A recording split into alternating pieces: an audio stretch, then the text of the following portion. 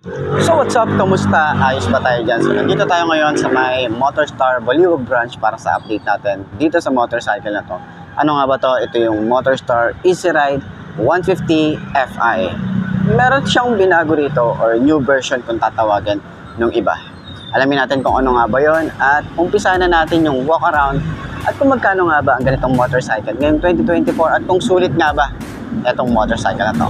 Ayos na ayos siya. I like to get paid, that's why I work every day. I'll be making money till I'm in my grave. Don't care what they say, I'll buy time with my money. Laughing to the bank cause it's funny. The money keep coming, I manifest it. Sing these lyrics and you'll get it. I'm the bank, come invest it.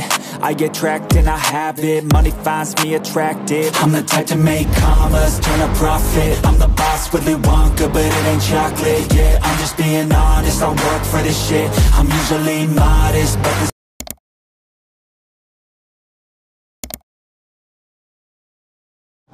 So yun ang available na nga dito sa may Motorstar Baliwag branch. Itong Easy Ride 150 Fi. Ito yung new version kasi nga meron silang upgraded dito.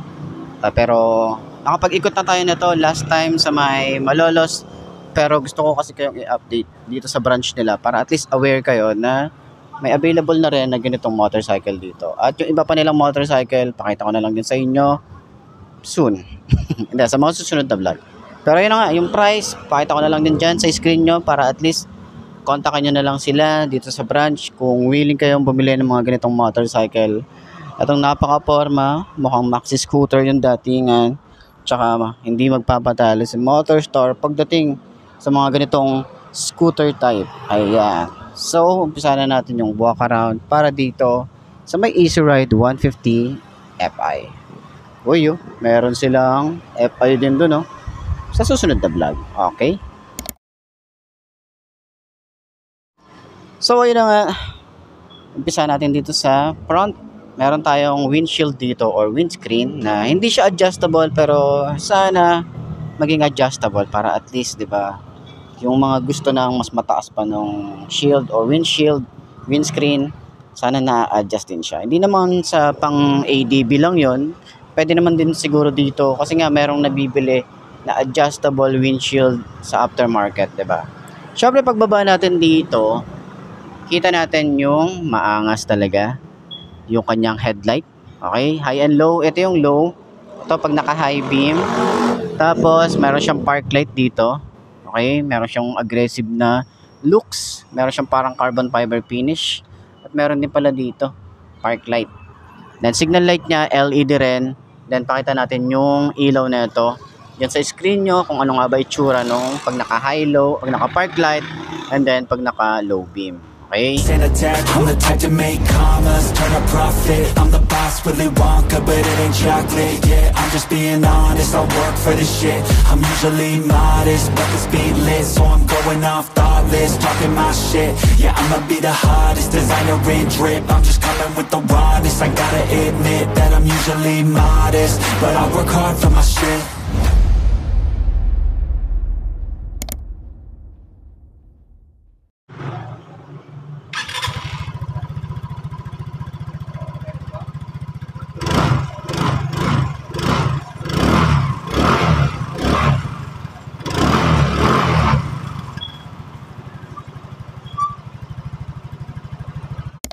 So, yan yung itsura niya.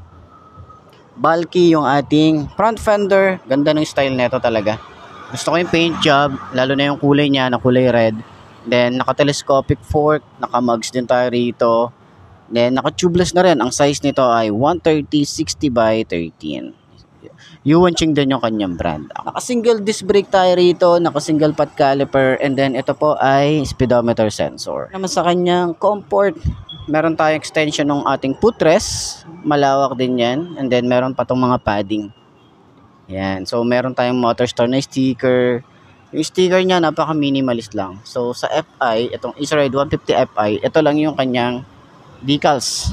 Tsaka itong Motorstar. So dito naman sa side na to, meron siyang mga maliliit na details na ma-appreciate mo rin yung mga ganito. Meron din tayong scratch resistance dito para hindi nagagasgasan yung ating motorcycle or yung pairings natin dito sa side. Yung ating foot pegs para sa angkas, yan yung datingan niya. Kita nyo yan, metal naman yan, and then maganda rin yung paint job. Gusto ko rin yung itsura ng ating side, yung ating ano rito, blower cover. Ayan, malay naman natin, ito yung kauna-unahan din na magkaroon ng water cooled. Malay natin, di ba? Kasi ito yung unang-una din na naging FI ni Motorstar. Malay natin, di ba?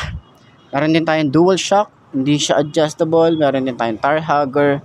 At pwede pa kayo maglaki ng gulong kasi malawak pa yung space niya. Pwede pa kayo mag-upsize ng ating tires dito, di ba? So, yung ating tambucho, napakaganda rin ng itsura niya. Maganda, bulky, and then yung ating cover, flexible din. Tapos para tayong merong carbon fiber finish dito. So, nagustuhan ko rin dito yung emblem ng AC Ride. Napaka-premium nung datingan talaga.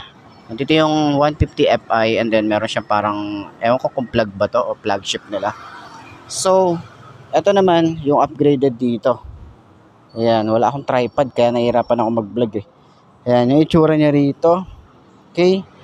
So, maganda yung kanyang metal. Siguro, wag masyadong mabigat yung ating top box. Kasi napansin ko dito sa ilalim, medyo parang medyo parang manipis. Pero alloy ito, matibay ito.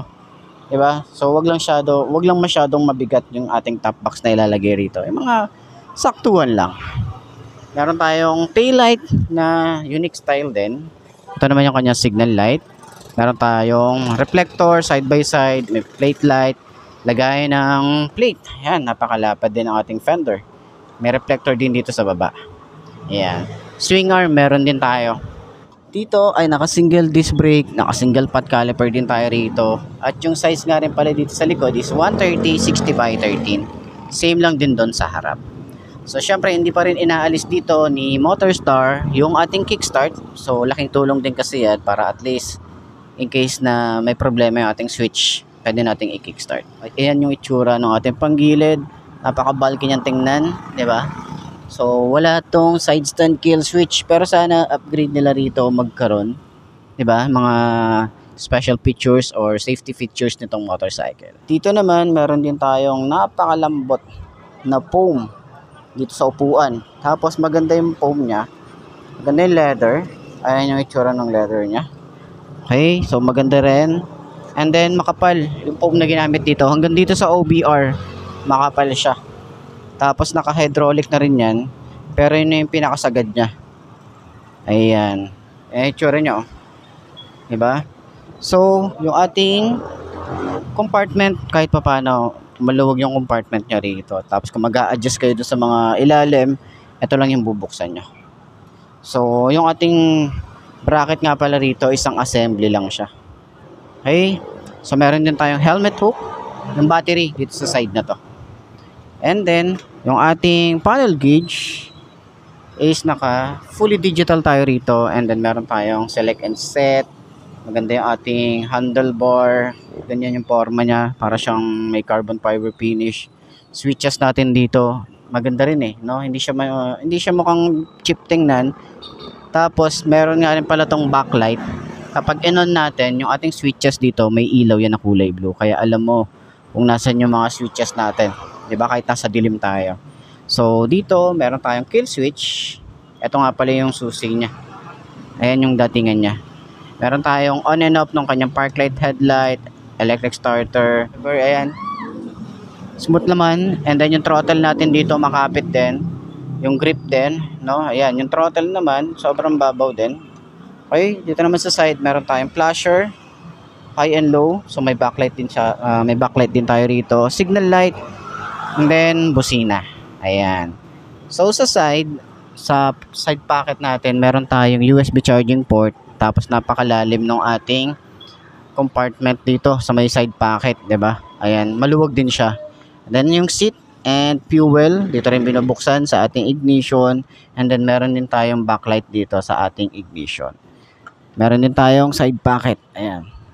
Maluwag din, tsaka malalim. Okay. So, sakyan naman natin itong motorcycle na to sa kagaya kong 5'2", kung abot ba ng kagaya ko. itong motorcycle na to. Okay? So, sakyan na natin. Ay, siya. I like to get paid, that's why I work every day. I'll be making money till I'm in my grave. Don't care what they say, I'll buy time with my money.